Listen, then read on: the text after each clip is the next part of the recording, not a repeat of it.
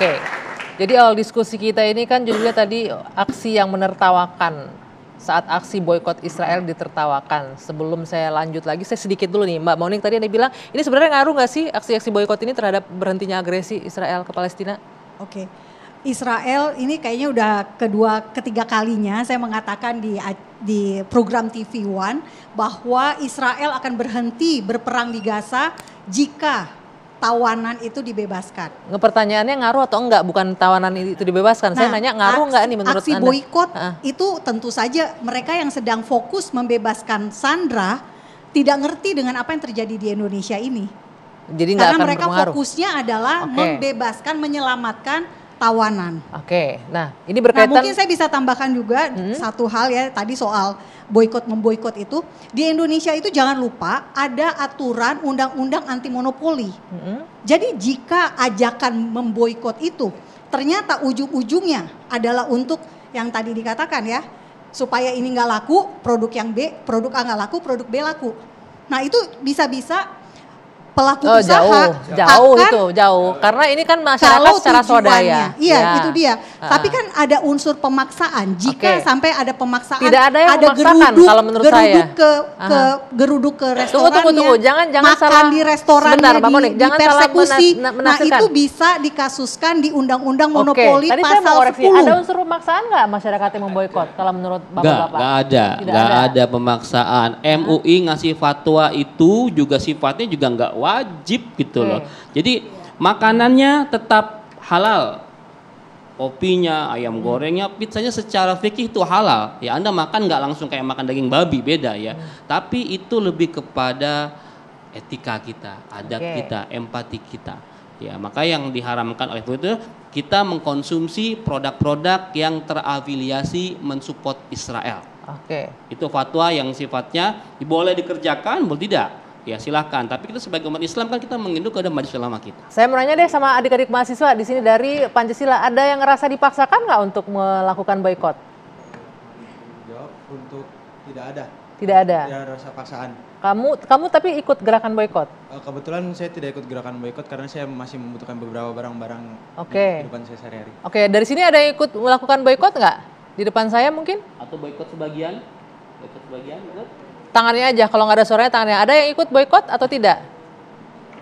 Nggak ada. Nah, ini menunjukkan Mbak Monik nggak ada yang dipaksakan di sini, nggak ada yang memaksa untuk melakukan boykot. Tapi kan ini intinya gerakan ini menjadi salah satu cara, misal orang makan dipersekusi. Ada kejadian di Makassar sampai dipukulin. Nah ini kan membuat lingkup sosial kita ini menjadi terpecah. Nah ini kan juga kita perlu untuk hati-hati agar keinginan kita untuk memboikot demi sebuah perjuangan yang pastinya tentunya ini sesuatu yang sebetulnya kita ini hanya bisa mendukung dari jauh, tetapi dampaknya di negara kita malah kita terpecah belah. Gara-gara ada yang dipersekusi, gara-gara ada yang dipukulin. Dan yang tadi seperti dikatakan karyawan di PHK, keluarganya nggak bisa makan. Itu kan jadi problem juga buat negara kita. Jadi tentu dampaknya ini sejauh mana? Karena yang lebih terasa adalah jadi ekonomi menjadi korban. Tindakan boykot ini. Mungkin boykot ini saya tutup dengan logika ini. Sebuah pelacuran besar di Jakarta, sangat terkenal sekali. Namanya Kramat Tunggal. Diubah menjadi masjid. Alasannya sama dengan Mbak Monik itu. Kami ini melacur untuk nyekolahin anak saya. Di Doli, Surabaya, saya 15 tahun di Surabaya. Kebetulan sebagai jurnalis kriminal. Tiap hari neliti Doli itu. Pas mau ditutup, ribuan keluarga datang ke Pemkot. Terus bagaimana nasib anak kami yang sekolah? Bagaimana nasib suami kami? Bagaimana ini untuk membangun masjid juga loh? Bayangkan coba, pelacur dipakai untuk membangun masjid. No, harus tegas. Berpikirlah dikasih akal. Kramat Tunggal ini, kurang apa dulu ketika diganti masjid kayak gitu.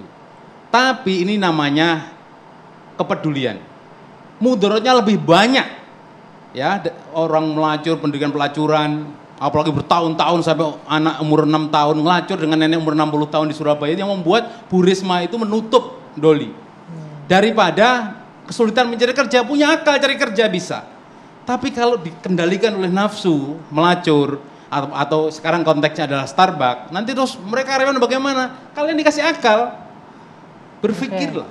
Jadi ada dampak positifnya ada. Tadi ada yang belum ngomong kan, itu menimbulkan kemudian menciptakan UMKM, usaha kecil, kopi-kopi, ada Starling ini, Starbucks keliling ini Jakarta. Starling itu juga Elon jadi Musk itu dampak dari apa? Ya orang salah satunya pekerjaannya sudah ditutup, ya dia muncul pekerjaan baru. Elon Musk kan dukung Israel, tapi Starlingnya nggak diboikot. Starling itu Starbucks keliling. Oke. Starbucks keliling. Anda paham kan? Paham kan? Iya. Nah sebenarnya teori Mbak Moni juga salah. Misalkan di Makassar ada yang dipukulin, itu merusak kebersamaan kita. Sekarang Indonesia mendukung Palestina, satu orang monik mendukung Israel, mencoreng Indonesia. Enggak Pak, itu kebebasan berpendapat. Kebebasan berpendapat dijamin oleh undang-undang kita. Dan saya koreksi yang soal Starbucks memang betul pernah buka di Israel 2001. Oke, tapi 2003 kita nggak bahas itu lagi. Tutup. Kita nggak bahas lagi, mundur terlalu jauh. Sebentar, mundur terlalu jauh. Tapi balik lagi nih kan, tadi judul kita ini saat aksi boykot Israel ditertawakan. Saya mau disclaimer dulu, kami mengundang Indah Ji, kami mengundang Coki Pardede, tapi tidak bisa hadir dengan beragam alasan. Ada yang masang ada rate-nya seginilah cukup tinggi, kemudian lama-lama mengatakan nggak bisa hadir karena lagi ada syuting ini itu segala macam. Padahal ini yang melempar ke publik kan mereka nih, kita mengundang untuk berdiskusi sebenarnya malam hari ini, tapi faktanya tidak datang. Nah balik lagi nih, saya mau tanya deh sama adik-adik, mungkin ada yang bisa nanya, kalian melihat tayangan video tadi gimana responnya? Mohon izin menjawab, mungkin kalau respon dari saya cukup menyayangkan ketika ada beberapa hal tentang boykot itu ditertawakan. Mungkin itu juga karena ekspresif tentang pernyataan lawan bicara mereka masing-masing. Tetapi saya sangat itu tadi menyayangkan itu sih, hal-hal yang harusnya sensitif malah menjadi bahan tertawaan publik seperti itu dan melemparkan ke media yang berakibatnya ditonton oleh orang banyak dan sehingga bisa membuat hal-hal percikan api perpecahan gitu sih kalau menurut tanggapan saya. Justru menimbulkan perpecahan ya, mahasiswa saja bisa menilai seperti itu. Pak Ustadz melihatnya sama tentunya ya, dengan munculnya video-video konten-konten yang seperti itu. Apa yang bisa kita lakukan Ustadz Hilmi agar yang kayak hal-hal seperti ini nggak terjadilah? Mungkin ada himbauan apa gitu untuk para baik itu influencer atau pegiat sosial media, YouTuber dan lain-lain. Gitu. Jadi di era sosial media itu ada dua prinsip, ya. Ada satu prinsip, harus viral. Dan caranya dua kan, buat prestasi, buat sensasi. Yang buat prestasi itu agak susah tuh, by effort ya, by proses ya. Dan makanya orang memilih banyak jalan pintas dengan cari sensasi. Ini bagian dari cari sensasi. Pasti, ya. Dan yang paling saya suka kritik komika ya. Komika tuh banyak yang cerdas-cerdas. Ya, ketika mereka kehabisan bahan, mereka akan menyinggung sesuatu yang sifatnya pinggir jurang.